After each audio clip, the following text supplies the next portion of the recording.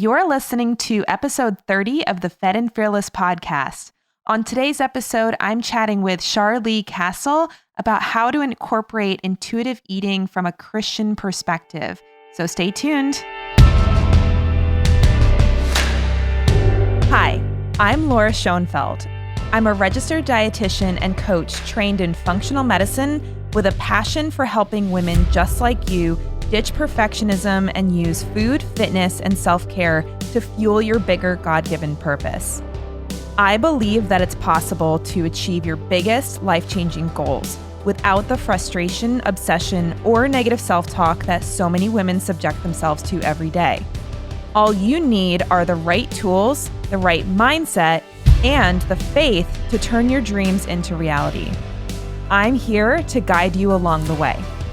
The truth is that you are so much more than a body, and I'm on a mission to help you change the way you think and act at a core beliefs level so you can transform your physical, mental, and spiritual health from the inside out. Are you ready to become fed and fearless in your pursuit of a healthy, meaningful life? Welcome to the Fed and Fearless podcast.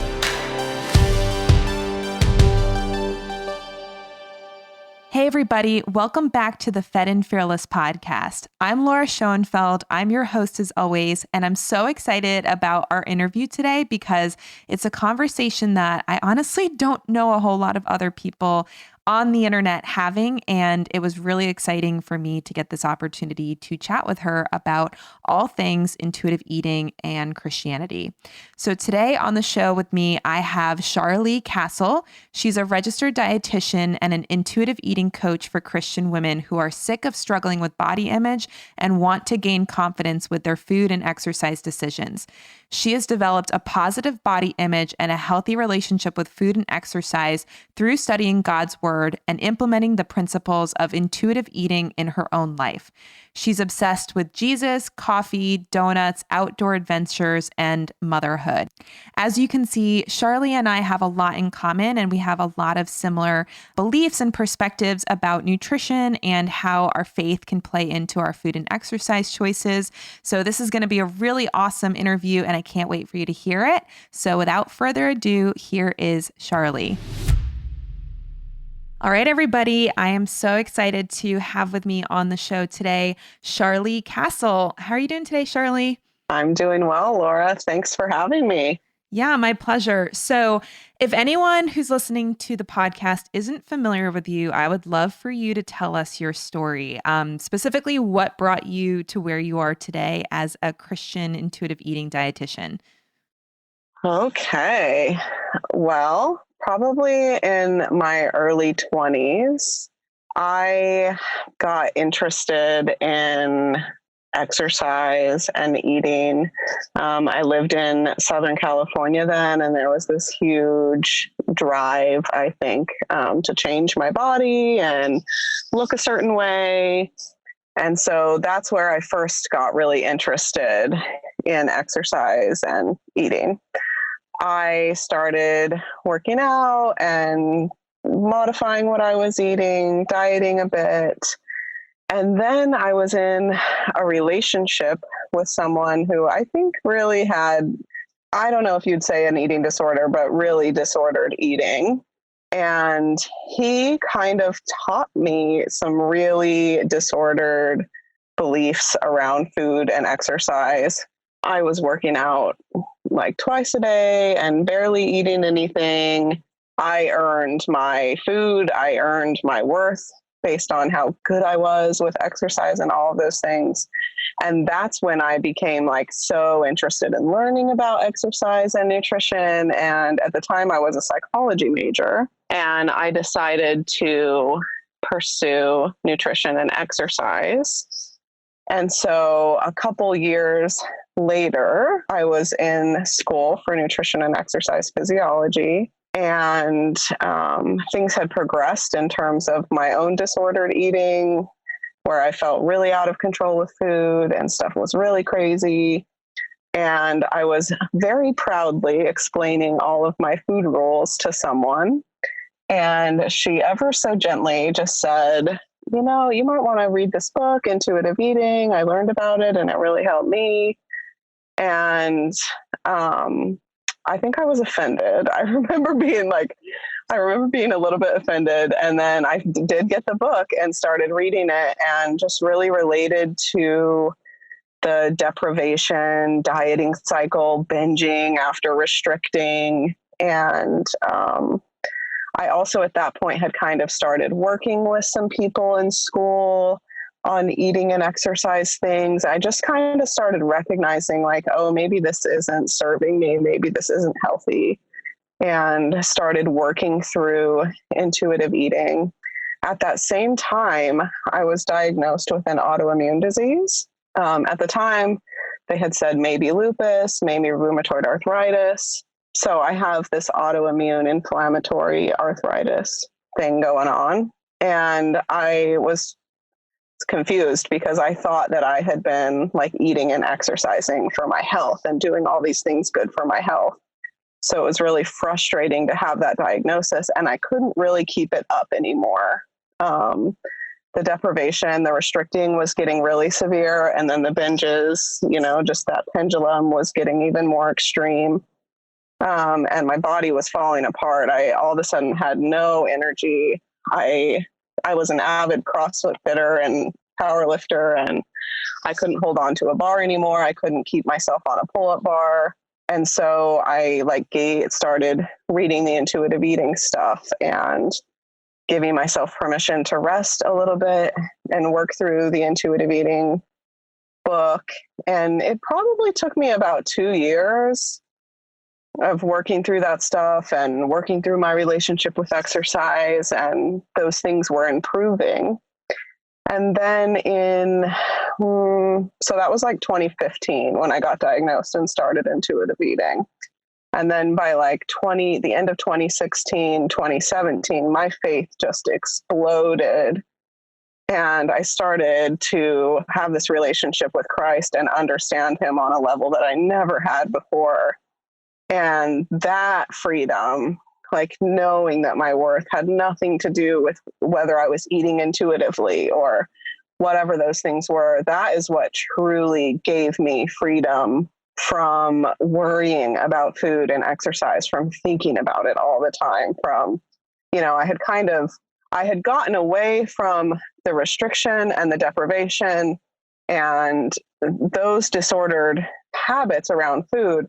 But even with intuitive eating, I was trying to do that perfectly. And so when I was really understanding the word more and understanding God's love and my identity is when I felt this true freedom of, oh, actually, I don't have to eat a certain way or move a certain way to be worthy. By that time, I had graduated from grad school and became a dietitian. And I felt so passionate about teaching people about intuitive eating. But then also I started a blog about intuitive eating and started working with people. And I very quickly realized I didn't know how to do that without talking about my faith. And so I just felt really strongly that that's what I needed to do. And that was a little bit scary. But I just started writing and talking and working with people from a Christian perspective. And that's how I got here. Awesome. Well, I love hearing your backstory, and I know that there's a lot of women listening who have likely had a similar experience with, extreme dieting and fitness activities with the goal of looking a certain way or quote unquote being healthy, which, as you explained, was not actually healthy for you and probably isn't super healthy for most people. I would love to find out from you, because you said that you started this blog on intuitive eating and started working with people and realized that you had to incorporate the faith piece in order to feel like you were fully serving people. So what makes your faith-based approach to intuitive eating different than one that doesn't incorporate faith? Yeah, so I think intuitive eating gets so much right in that you're rejecting this diet mentality, this system of beliefs that you have to look a certain way to be valuable, or you have to eat a certain way, or you have to earn things with your food and exercise habits. that you learn that your worth doesn't come from those things. Those things, that's not what serves you. You're allowed to eat whatever you want. You can trust your body. There's all of these principles of intuitive eating that are so good. And I feel like they fall flat without the word. Because if we're saying that you don't earn your worth and value with all of these things, that you just have that worth and value, you're loved, I guess it's like, okay, that can take me so far, but knowing that there's a Father in heaven that loves me, knowing that I have this personal relationship, this unconditional love, grace, it's so many things. I feel like intuitive eating like really hits biblical principles very well. But what's missing is the power and the grace and the love of God and the Holy Spirit working with you. Being attuned to the Holy Spirit is a huge part of being attuned to your body and being able to make decisions that honor your taste buds and your preferences and also your physical health. Does that make sense? Yeah, definitely. And I think I've had a similar experience with that same question. Like you were saying, when people say that your worth isn't in your body or in your appearance, I agree that if God's not part of the conversation, then I don't see why that would be the case. Because if you think about it, let's say to be playing devil's advocate, if God didn't exist, then I actually believe that your worth actually does come from the way that you look and that kind of thing, because, that's what our society puts value on. And there is a lot of different types of stigma in the world that actually affects how people treat you or what kind of opportunities you get. So if there isn't any sort of moral standard and, kind of equal playing field that all people have, because we're all, God's creation and seen by him the way that he sees Jesus. Without that, I actually am like, I don't really think there is evidence that your worth doesn't come from these things. So I can totally agree with you there that without the God piece, that the idea of having self-worth outside of either your appearance, especially as a woman, and then also your performance or your productivity or all the things that we perfectionists like to be a little bit too interested in. So I'm definitely on the same page there. Exactly. It's like your accomplishments, your whatever you're doing is what gives you worth without God. But with God and with salvation, it's just your being that gives you worth. Mm-hmm. And that's where I feel like you can start to do works from acceptance as opposed to for acceptance. And yes, I think that's a piece of the puzzle that sometimes for Christian women they miss, because they think, well, if I totally accept God's love for me, then I'm not going to, live the best life that I can, or I'm not going to, serve people the way that I could if I wasn't trying to earn it. And I actually think that obviously that's the exact opposite of the way that God wants us to act. And having that identity of that your personal value does not come from your performance, I actually think gives women a lot more freedom to do things that might be scary, to show up in ways that they might not do if they were afraid of looking dumb or making a mistake, that kind of thing. And it's so true. Yeah. And they can actually have more, they can empower other women, and they can have more of an impact because of their sense of self-worth not being hinged on their success. So definitely on the same page there. Is there anything in the intuitive eating, like the traditional intuitive eating practice, that you feel does not align with faith? I'm just curious. It could be that you don't feel that way, but I'm just wondering if you've run into anything. Yeah, I don't really think so. Okay, cool. Yeah, I think that, if like we're talking about Elise Resch, Evelyn Tribole's intuitive eating work principles, I definitely think that it's all pretty darn good. I do think that there is, in the intuitive eating health at every size community, there's pieces of things that I'm like, oh, I don't know. Like, I'm sure like there's definitely times where I think like, oh, that community would be upset with me right now for saying this or for thinking this. but that's, we're all going to have differences and things like that. But as a Christian, like, for instance, the Health at Every Size community, I think would say that you don't have any obligation to be a good steward of your body.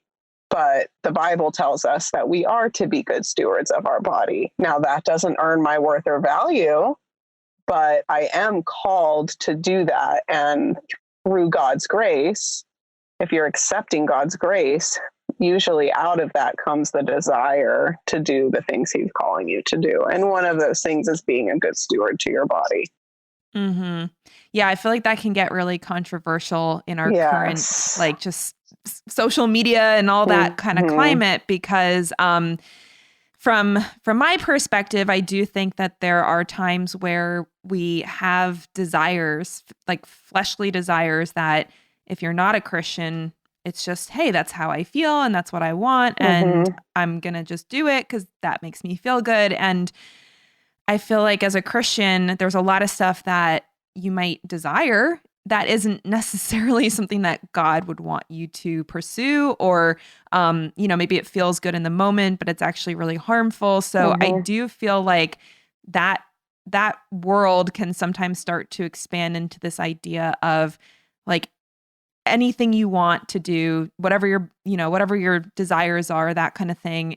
It's just like a free for all, and you can just do whatever you want and nobody can say anything. And I don't think that the intuitive eating book or anything like that talks about that kind of thing. But I feel like with the kind of climate we have in our country, it's just kind of going that direction. And I think sometimes people can feel a little bit turned off by that. And then it kind of makes it difficult for Christian women to approach intuitive eating, because they might start to think, well, I don't want to just, do whatever I feel like and not have any sort of discipline or like self-awareness or anything like that. So that's why I asked about the intuitive eating practice, if there was anything that you felt was in conflict, which I didn't think there was, but I wasn't sure because you've done so much work on it. I was like, maybe you've come across something that might be in conflict. So yeah, I think that a lot of people take it and run, just like you were saying, to ways that are outside of intuitive eating. Like, a lot of people will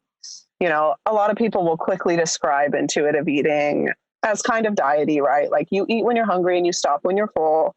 Or people will describe intuitive eating like, you can eat whatever you want, you can do whatever you want, and it doesn't matter. But that's not really true, because there are 10 guiding principles of intuitive eating. And, some of those include, like, respecting your body and considering nutrition and moving your body. And so one of the principles of intuitive eating is, unconditional permission to eat all foods. And I absolutely believe in that. But the other principles play in too. We listen to our hunger and fullness. We pay attention to how foods make us feel. And we make a conscious decision. Do we want to eat these foods? Do we want to feel that way? Like, what are those things? And in my practice, I really work on this whole journey is in partnership with the Holy Spirit. So not only are we getting attuned to our bodies, but we're also becoming attuned to the Holy Spirit. And just like the Lord convicts us all of different things, right? You might feel convicted about something that someone else totally doesn't feel convicted about. I think about food and things like that as well. It's like the verse, I have permission to do, for all things are permissible for me, but not all things are valuable or beneficial to me. I have permission to eat any foods that I want. And that's not going to change my worth or change my value or any of those things. But for instance, I love my coffee, and I would drink coffee all day, every day. If I could, I love it.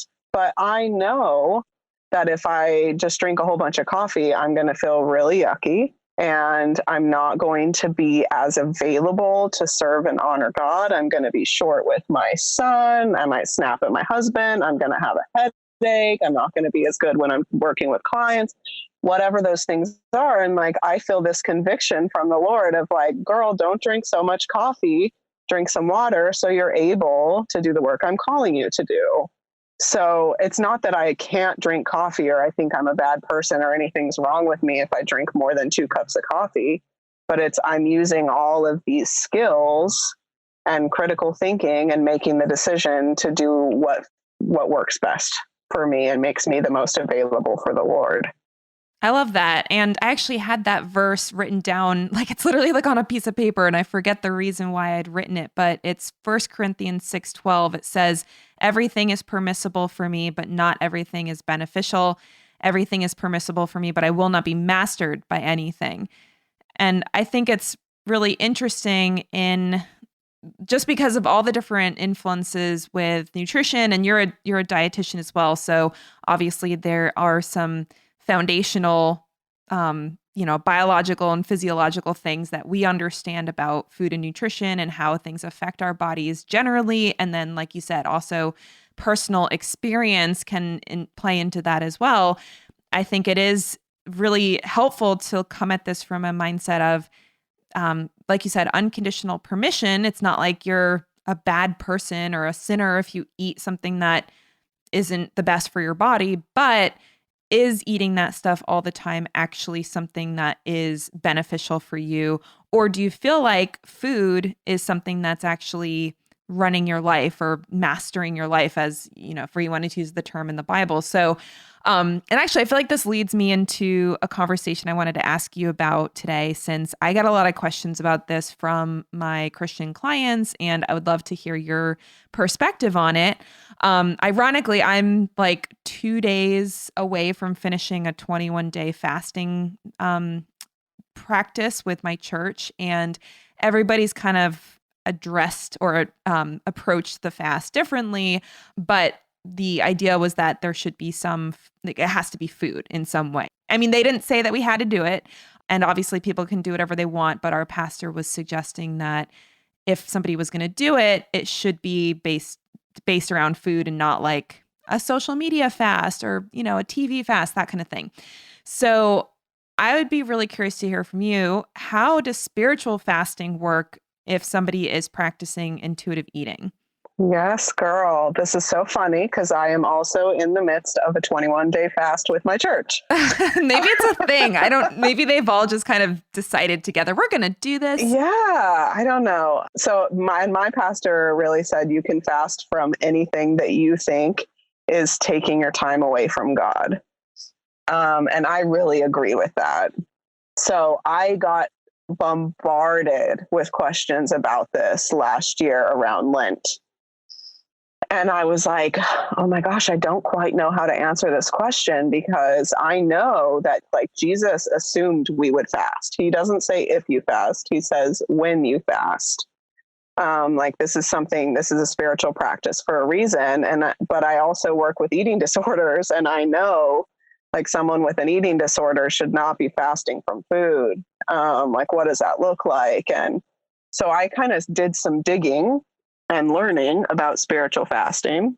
And I really think the purpose is finding something that is really valuable to you in some way, or is taking your time and focus away from the Lord and choosing to put it aside to then spend time with the Lord. So, and I do know, there's lots of people that talk about the physiological effects and benefits of fasting from food. We could talk about that, but I feel like it's this spiritual journey. And if you ask the Holy Spirit to show you what the thing is, like you will see it. I've run lots of fasts from dieting, like helping people not diet. For a while, because is there something that's an idol in your life? It could be a good thing, but maybe you're overdoing it. Or is there something that you routinely choose over spending time with God? So I think that fasting is really important, but I don't think that it has to be food. I think it can be food though, even if you're an intuitive eater, if you're far along in eating disorder recovery, like very far along, and you don't think it's going to be triggering, and it's something that is possible for you to do, I think starting off with a small fast is okay. But the way I look at it is like we fast for a lot of different reasons, but mainly like we're fasting to put God first and get closer to God. And back in the day, think about how much time and energy and effort they had to put into gathering, preparing food.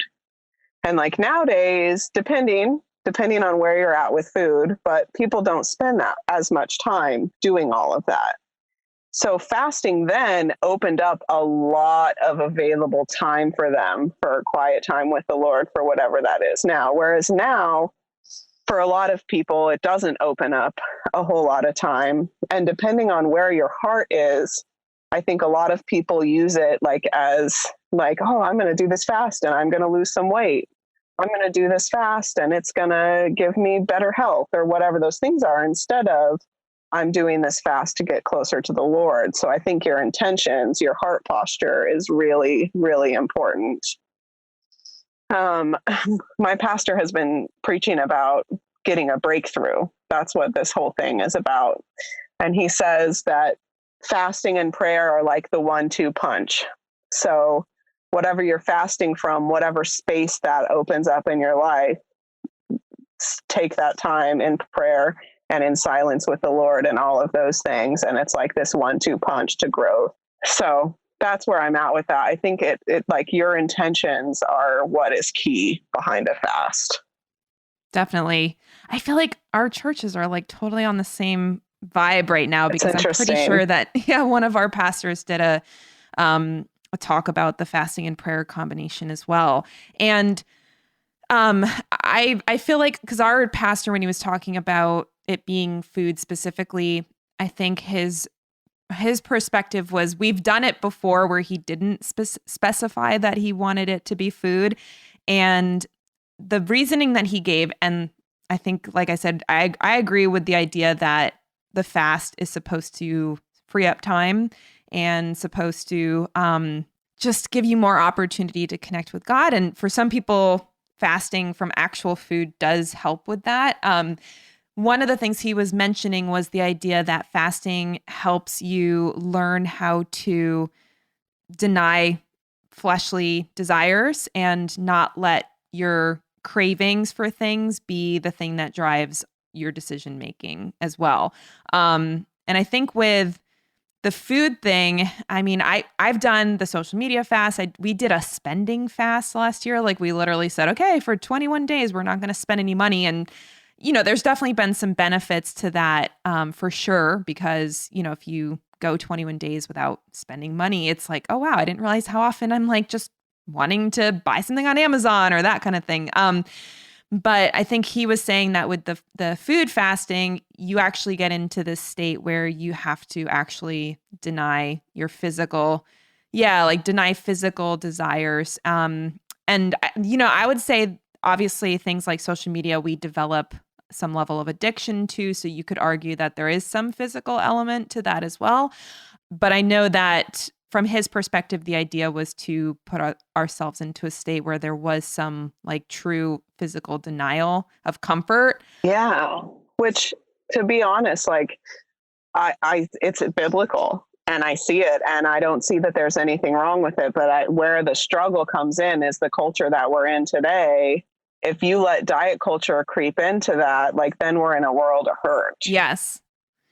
Yeah, for sure. And it's funny because the fast that they originally recommended, I laugh about this because I tried it and it was awful, was the Daniel fast. And I don't know if you're familiar with that one, but basically it's like real food vegan, essentially, like all unprocessed food and no animal products whatsoever, and no sugar, no alcohol, no caffeine. And it's funny because I've had this conversation with a couple people from my church that chose not to do the Daniel fast, and they actually chose to do things like sun up to sundown fasting. I know my husband did 48 hours once a week of not eating. I had some other people that just did like 24 hours twice or something. I personally, unless I had a training session with my coach in the morning, I was skipping breakfast and just eating, bigger meals later in the day. So with the Daniel fast, our experience, more mine than my husband's, but my husband didn't have a great experience with it either.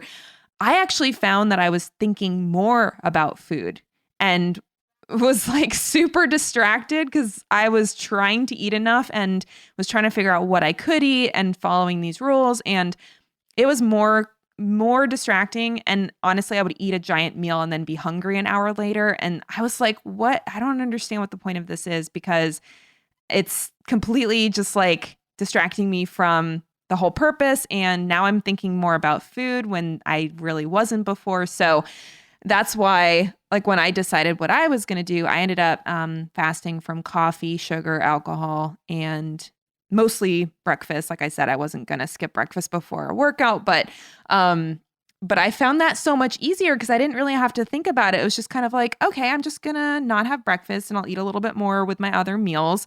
And yeah, I was hungry some of the mornings, but it was like a totally different experience than being like, okay, what am I allowed to eat? And am I going to get enough that I'm not hungry and I'm going to be hungry an hour later and then looking for food again? So I feel like that's where, if somebody is going to do spiritual fasting, don't just do what everybody else is doing if it's actually counterproductive. Yes. And that's with anything, Laura. Like we all want to, like, oh, what did Daniel do? We'll do that fast. Like, what plan did she do to raise her kids so perfectly? What plan did she follow to, achieve that deadlift? We all want this like step-by-step laid out plan, whatever it is, but like, that's not how God works. And we're not all the same. And so if you're considering a spiritual fast from food, meet with the Lord and see where he guides you. See what he's calling you to fast from, and try it out. Yeah, and I think anyone who has had any sort of eating disorder history or is in the process of weight restoration or anything like that, I would definitely not suggest doing a food fast. I mean, maybe something like caffeine or alcohol or something like that, that sometimes can be used as a comfort item, but really isn't something that you need to function. So, but if it's actual just normal food, then like I said, I think it's pretty clear that that kind of population should not do it.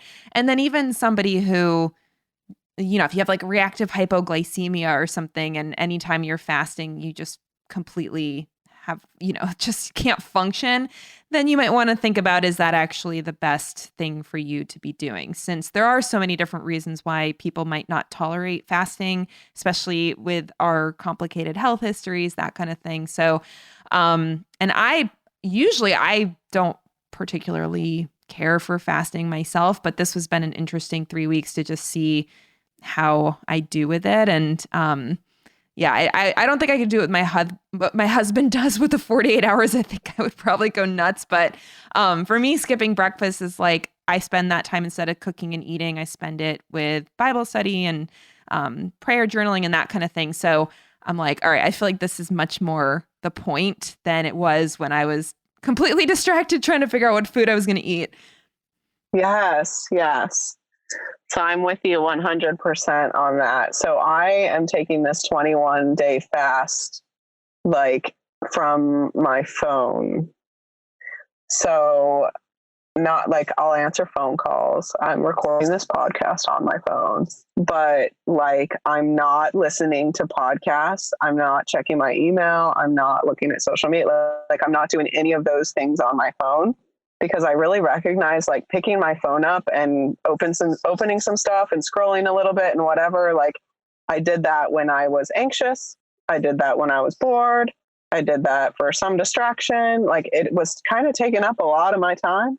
And it has been, like, so eye-opening how many times, especially the first week, how many times throughout the day I would just mindlessly pick up my phone. And what I have loved about this is now it has been this prompt every time I do that to pray. And so it's like, oh, you're feeling a little anxious, like, looking at your phone's not going to help at all. But if I pray, then, like, my priorities are, like, what's important becomes very clear to me. And like, it's been so beneficial and helpful. So I think that there is massive benefit in denying yourself and spending time with the Lord. Mm-hmm. Yeah, and I think it's so interesting to think about how that plays into the intuitive eating method or mindset because like you said, if the mindset is, oh, I'm gonna do this fast with my church and like I'm gonna lose weight or I'm gonna get like healthier. I mean, not that there's anything wrong with getting healthier. If somebody wants to feel better and they think I'm gonna eat more vegetables, like that'll make me feel better. That's fine. But if the whole goal of the fast is focusing on your body, then obviously that's completely missing the point because the point is to really take the attention away from your body, even if you're uncomfortable. So, and I feel like I can't remember if I've seen people asking intuitive eating experts about fasting as a practice from like a health perspective, but I don't see a lot of people talking about it from a spiritual perspective. Spiritual. Yeah, Hmm. because I've like every time I've seen anybody ask that question about like intermittent fasting, that kind of thing, usually the response that I see, not always, but most often is that, well, it's denying hunger, so that's not intuitive eating, and so it doesn't work together. And that's why I wanted to have this conversation with you about the spiritual fasting component, since the whole point is to actually deny your desires and your cravings to, just submit that to God. And it's not the way that most people that aren't Christian would be thinking about the purpose of fasting. Yeah, it's true that like we try not to deny our hunger, right? We try to honor our hunger. I believe that God gave us hunger signals for a reason. He wants us to fuel ourselves, to be able to do his work, all of those things. But spiritual fasting is a biblical principle. It's something that we're called to do. And I think if your heart is right and if you're removed from diet culture, I don't see that there is anything wrong with that as an intuitive eater. If you're depriving yourself long term to lose weight or whatever, then we've got something else to talk about. So I'm curious because this is something that I see in a lot of the women that I work with where it's almost, and I don't even know how to explain this, but it seems like there's this trend of Christian women being obsessive about their bodies and their diets and their health. And basically, like that concept of stewarding your body or stewarding your health, but taken to an extreme level where they do things that are actually harmful to their health. So, why do you think that so many Christian women fall into this, considering that? I feel like based on what you were talking about earlier in our conversation, we should be the ones that don't fall prey to that kind of mindset. I mean, I say this over and over all the time. Like, I think that dieting and diet culture and this focus on being hyper vigilant about caring for your body, like it is this tricky tool that the enemy is using to keep Christian women from living on purpose, from doing what God is calling them to do. And it's such a good choice for him because it is something that innately is good. It's good to want to take care of your body, to be a good steward. It's a good thing to consider nutrition, to exercise, whatever those things are. But the enemy like pours in, do more, do more, do more, to where that's what we're thinking about. That's what we're focusing on. It becomes an idol. We're no longer serving the Lord. We're no longer taking care of our bodies to serve the Lord. And we are like serving our body image. We are serving health, or we're trying to take control. So a lot of the times, and I really went through this, it's not even about like what your body looks like. It's about being healthy and being in the best possible health and avoiding getting diseases. We think we have the power to avoid any disease or anything like that with our food and exercise choices to like this extreme, when really we don't have that control. So I think it's easy for people to fall into because it's a good thing innately to take care of our bodies. And there are lots of scriptures that talk about those things. But the problem is that they get pulled, it just gets too extreme. And of course, because we live in this culture where all of that stuff is fed really deep and really extreme. And I think, a lot of people don't have that full understanding of their identity and their worth in the Lord as well. They're trying to earn it.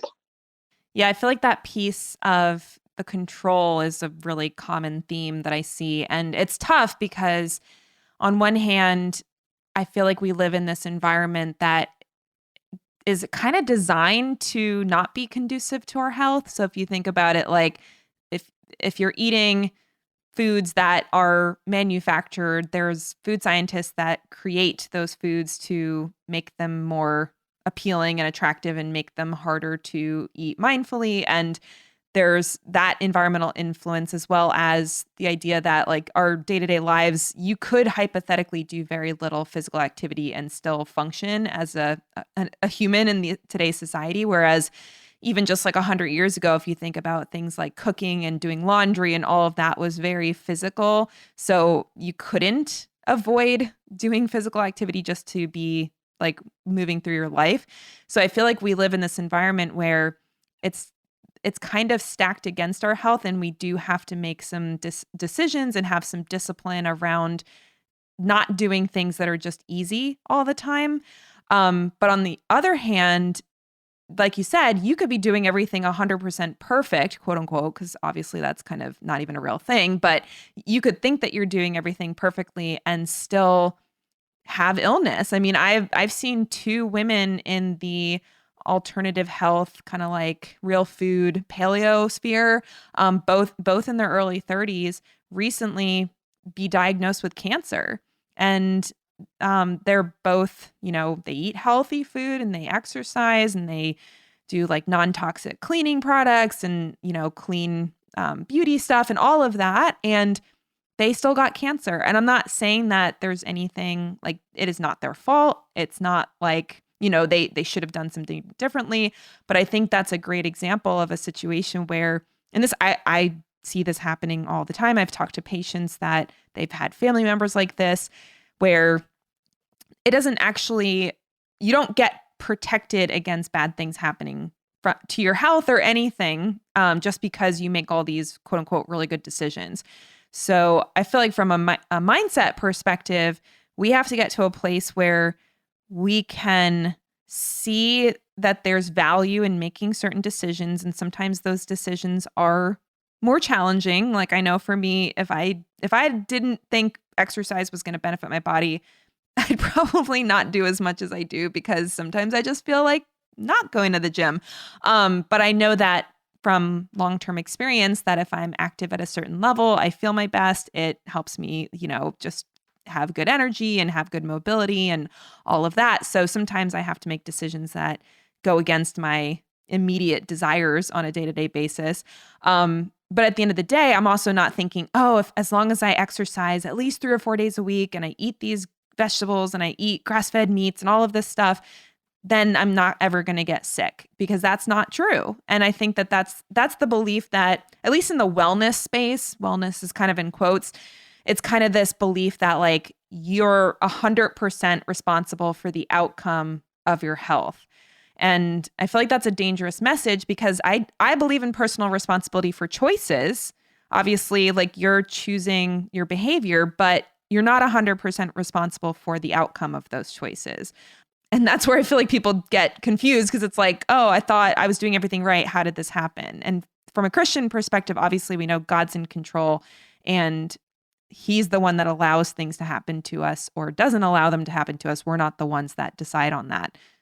Absolutely. I love what you just said. We're not in control of the outcome.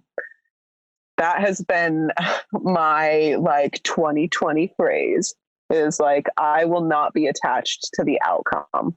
I am going to show up every day and I am going to be obedient to what God is calling me to that day. And the outcome is in his hands. Like, I'm not going to get myself set on things have to look this way, or they're going to look that way, or it's going to turn out this way. I'm just going to be obedient where I feel he's calling me to, and he is in charge of the outcome.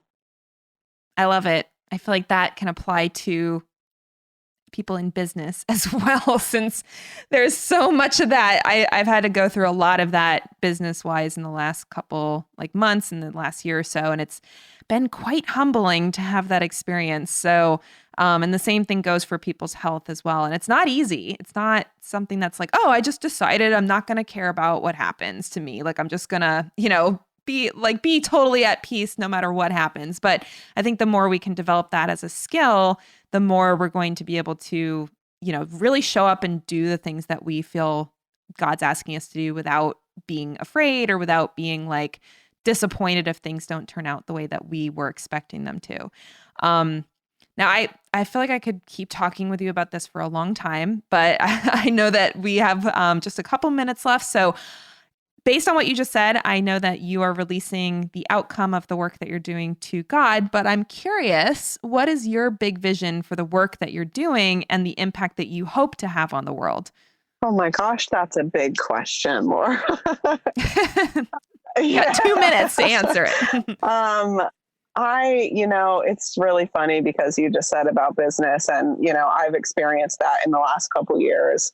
I had this vision in my head of what this was going to look like. I was going to work with clients and I want to be a keynote speaker and I want to write this book and I wanted my name to be well known. And the Lord has really humbled me a lot in the last few years. And I really am to a place of realizing like what I want is people to have freedom from this obsession with food and exercise. I want people to not be dying from complications of anorexia on the daily in America. And I don't know exactly what my part in that is going to look like. If all I ever do for that is praying every day for it, then so be it. But I just want to make a difference in that. And so I work with clients. I am starting a podcast that's launching in the spring. I blog a little bit and we'll see what the Lord does with it. I'm just trying to show up and be available to talk about it, to show people that God is faithful and he is good and 100% healing is possible. Awesome. Well, I have one more question for you, and then we'll share with the audience where they can find you, including if your new podcast is available. And this is a question I ask everybody at the end of the show. And that is, what do you believe makes a woman more than a body? Oh my gosh. What makes a... Sorry, I'm just leaving all the big ones for the end. No, that's okay. I love that. Truly, for me, the truth is you're like who you are in Christ. You're so much like you are God's child. He created you.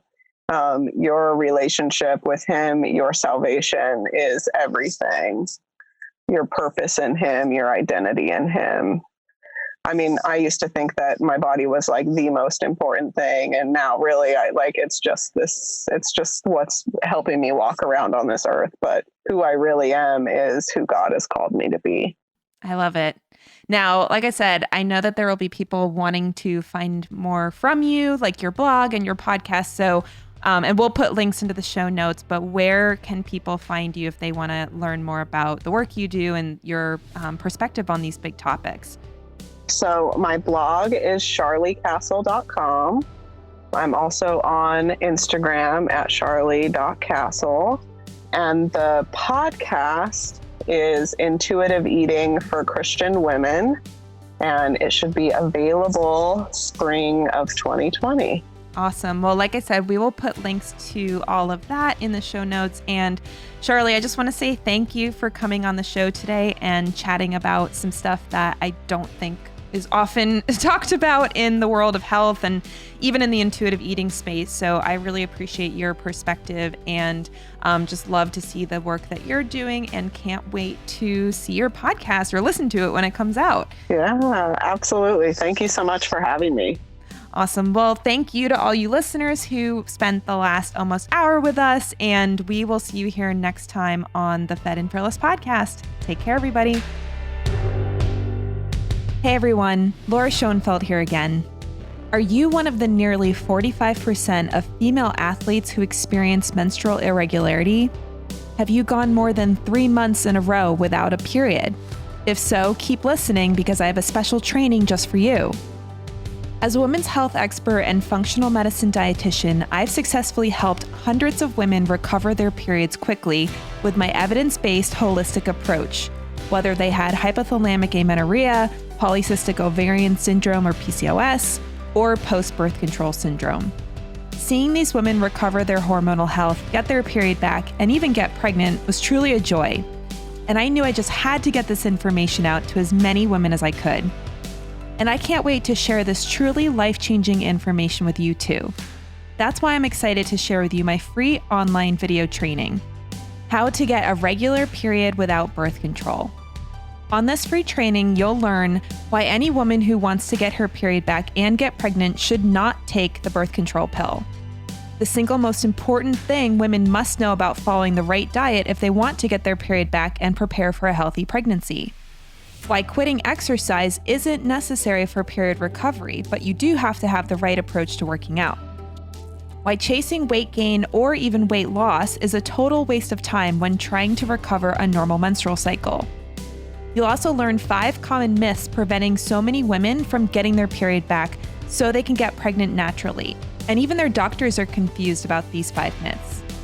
I'll also show you how to save time and money on your journey to becoming a mom and starting a family. And finally, you'll learn my proven 4-step protocol that has helped dozens of women get their periods back so they can get pregnant fast and without using risky medications. So if you want to get your period back quickly without resorting to birth control, quitting exercise, or giving up the healthy lifestyle that you love, then this free online workshop is for you. To get instant access to the free training, go to getyourperiodback.com. You'll learn everything you need to know about recovering a regular, healthy period without giving up the healthy foods and exercise that you love. Check it out at getyourperiodback.com, and I'll see you on the training.